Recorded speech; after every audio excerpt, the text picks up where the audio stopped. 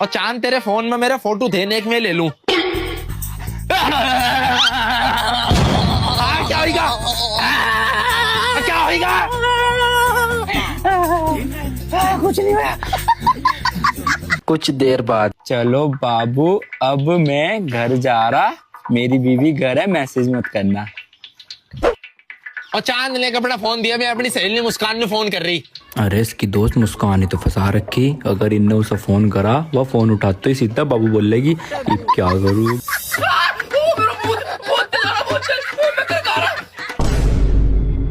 वो मुझे फोन देता हुआ इतना घबरा क्यों रहा?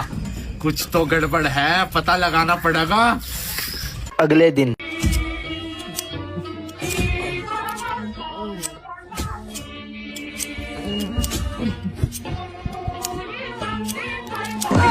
हेलो।